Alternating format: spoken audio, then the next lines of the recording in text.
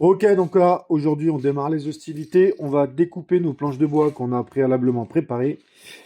On va les découper, on va assembler la cabine, le fronton. Du moins, on va essayer d'en faire le maximum dans cette vidéo. Et ça démarre, c'est tout de suite. Alors, abonne-toi pour rien rater du contenu à venir et like la vidéo si tu la kiffes. Allez, on démarre. Bon, ici, là, dans mes chutes, donc j'ai préparé un grand panneau. Donc là, c'est un peu dégueulasse, là, c'est un petit peu aspiré. Ici, on est vraiment sur du bois brut qui n'a pas pris d'humidité. Puis on a des trous un peu de partout.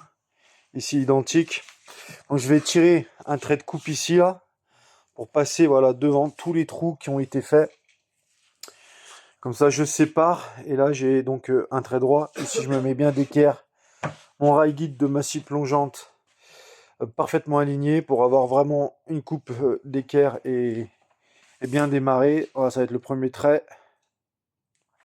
Voilà, donc si tu t'y es pris correctement, voilà, tu as une belle coupe. Voilà, tu vas doucement pour éviter d'avoir des éclats. Allez, on continue.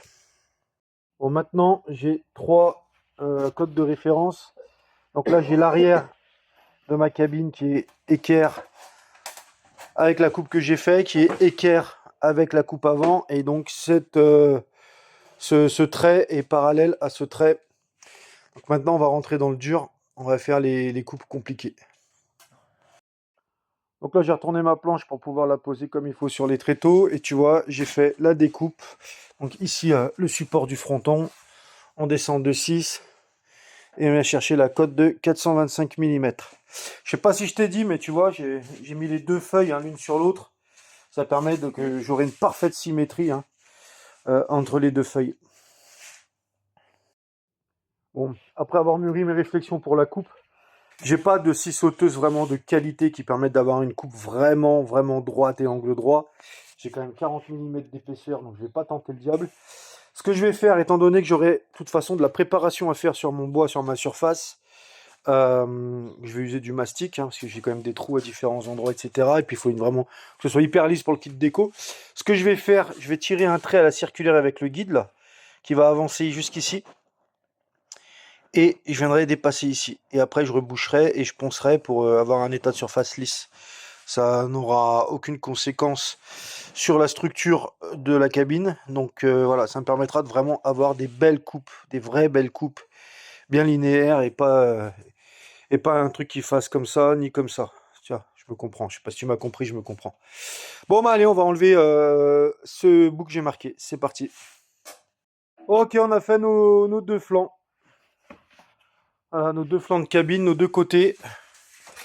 Donc comme je te disais, là, voilà, pour avoir des belles coupes vraiment parfaites, avec un champ vraiment parfait, à la circulaire, t'as pas le choix d'aller mordre un peu plus loin. Et comme je te le dis, ça se verra plus. Ça, ce sera invisible. C'est comme en carrosserie, quoi. Et ben nickel tout ça. On va le positionner à côté du Gottlieb pour voir ce que ça donne.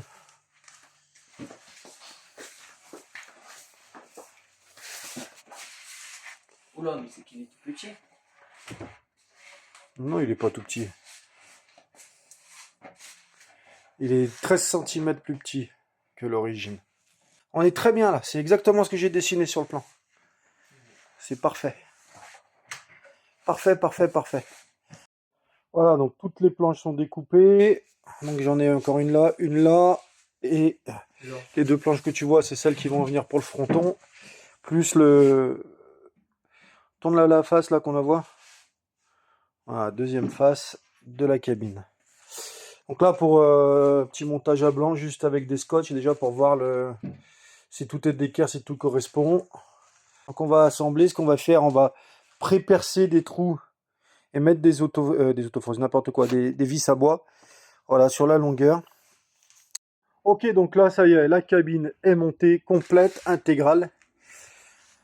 Donc voilà, tout est parfaitement jointé et lisse. Donc on a mis des grandes vis, les vis c'est des...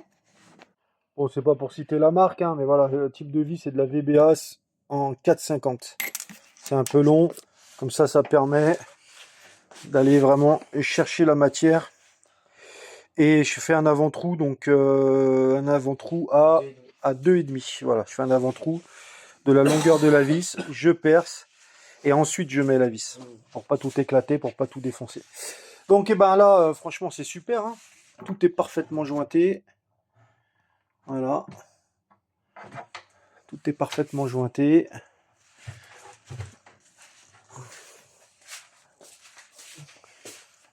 Voilà, je suis content. Donc là, on a une petite épaisseur, c'est voulu, parce qu'on va avoir un système de charnière. Voilà. Donc ça évitera de trop défoncer dans le contreplaqué. Donc ici, on fera une ouverture pour que la charnière dépasse, hein, qu'on ait le point de pivot au bon endroit. On en mettra 2. Tac. Comme ça, le fronton il pourra basculer de 90 degrés. Et le fronton reposera donc sur les bords. Donc pour la quantité de vis, donc 1, 2, 3, 4, 5 sur la longueur du bas, 1, 2, 3, 4 sur la longueur du haut, 2 pour la petite traversée, ensuite 1, 2, 3 pour la hauteur, 1, 2, 3, 4 pour le devant, pareil pour le derrière, il y en a 4, et ensuite ici 1, 2, 3 vis, et sur le dessus 1, 2, 3 vis. Voilà, si jamais tu veux reproduire, au moins tu vois la quantité de vis. Donc si tu suis les conseils de Canal Tuto, tu devrais pas avoir beaucoup de mal à retrouver la même cabine si tu le fais par toi-même. Bon, une autre information, comme tu peux le constater, toutes les découpes ne sont pas faites, hein. J'ai pas découpé pour la porte de devant, j'ai pas découpé pour les boutons, j'ai pas découpé le passage de câble sur le fronton, enfin sur le passage de fronton, j'ai pas découpé la porte arrière. Tout ça c'est voulu parce que je préfère avancer au cas par cas et voilà. Donc ça n'empêchera pas la cabine montée d'apporter toutes les modifications nécessaires. Donc la petite vidéo fronton, donc le fronton ça y est assemblé. Même niveau de finition, hein, d'assemblage des pièces, hein, à fleurs de partout. Voilà, des coupes droites, perpendiculaires. Et donc des vis, on en a mis là, ici, sur la longueur. 3 sur la remontée, 2 pour la tablette intermédiaire. Et voilà, et là. Donc la plaque de fond, en fait, rentre, est encastrée dans les 4 planches. Bon, je te montre pour le calage des charnières, parce que c'est quand même particulier. Là, tu vois, j'ai rajouté des cales pour 2 cm d'épaisseur. Pourquoi? Parce que je vais avoir le guide vitre qui va venir, plus le slide, donc et je garde encore un peu de jeu, pour être tranquille. Et comme ça, lui, il pourra venir reposer où il voudra, sans venir être contrarié ici contre le bord. Ensuite, j'ai voilà, avec une scie égoïne, j'ai repéré ma forme. Et là, j'ai mis des cales de 8 mm pour être parfaitement parallèle. Parce que quand le fronton se redresse, il ne faudrait pas qu'il y ait des angles qui ne soient pas respectés et qu'on se retrouve avec un fronton tout de travers. Et là, voilà, j'ai mes traits de repère ici qui pourraient être parfaitement alignés, avoir la même cote des deux côtés. Donc, sur l'équerre, donc voilà, pour vérifier que je suis bien aligné, voilà. Tu vois, en mettant une règle comme ça, tu vois ton trait de repère. Donc là, on est tout calé. Donc maintenant, on va pouvoir fixer les charnières à la fois ici et à la fois ici. Bon, je vous épargne le test, mais voilà, j'ai dû mettre un coup de défonceuse pour rattraper un peu de matière, parce que quand je le rebasculais, il venait pas complètement appuyé sur le bois. Et donc, j'en ai profité pour mettre mon crochet de maintien. Et je vous fais voir ça tout de suite en vidéo. Donc, on redresse le fronton. On vient mettre son crochet. Et voilà, on verrouille. Alors celui-là, il est bien parce qu'en plus, il est réglable pour gérer la force. Donc voilà, une journée de travail.